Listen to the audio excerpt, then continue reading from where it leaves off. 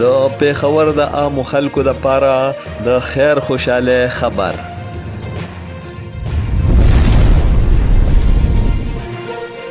د BRT پروګرام وغځولی شو. وزیر اعلی سردار علي امین ګنډپور د BRT ناصرباغ روټ پرانسته وکړه.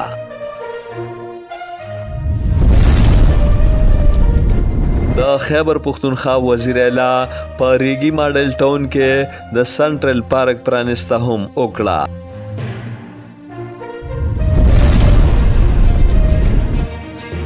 تفصیلات ولستا د تګ راتګ او سفر د ارزان سهولت ورکولو په لړ کې د BRT ناصرباغ روټ پرانسته وکړې شوه.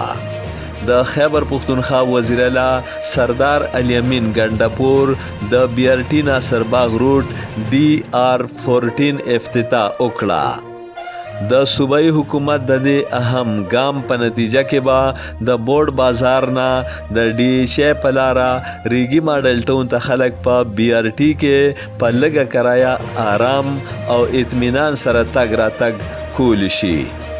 د BRT دا روټ یا دا لاره 18 کیلومتره اوږدوالی لري چې 14 سټاپونه به پکې موجود وي. په دغه سټاپونو کې اسلامیه کالج، بورډ بازار، کینال بینک کالونی، نصیر ټیچنګ هاسپیټل، PSO سټاپ، پولیس کالونی، عسکری 6 فیز 2، عسکری 6 فیز 1، میاخان گڑی، بادیزی، ریگی ماڈل ٹاؤن، زون 3 گراؤنڈ، گورنمنٹ گرلز پرائمری سکول، مسجد حمزہ، لیڈیز پارک او DHA شامل دي. په ناصرباغ روټ به سهار د 6 بجو نه د شپې 8 بجو پورې BRT ګاډي چلولی شي. دې روټ سره به د BRT د ټولو لارو شمیر 14 ته ورسیږي. په دې لاره د BRT شروع کېدو سره به د بورډ، DHA، ریګي، پولیس کالونی، کینال ټاون علاقو اوسیدونکو ته ګټه په لاس ورشي. بلخوا وزیر اعلی سردار علي امین ګنډپور په ریګي ماډل ټاون کې د سنټرل پارک پرانسته هم وکړه. په سنټرل پارک کې 1.5 کیلومتره اوږد جاګینګ ټریک او 10 د پاسه 900 میټره اوږد واک ویز جوړ کړی شوي دي. په پارکینګ ایریا کې د 1.5 نه د زیاتو گاډو ودرولو سهولت موجود دی.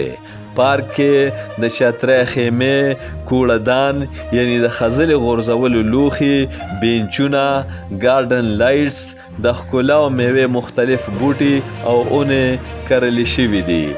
پارک کې د سړو، ښځو او خصوصي خلکو لپاره د بیل بیل واشرومونو انتظام هم شوی دی.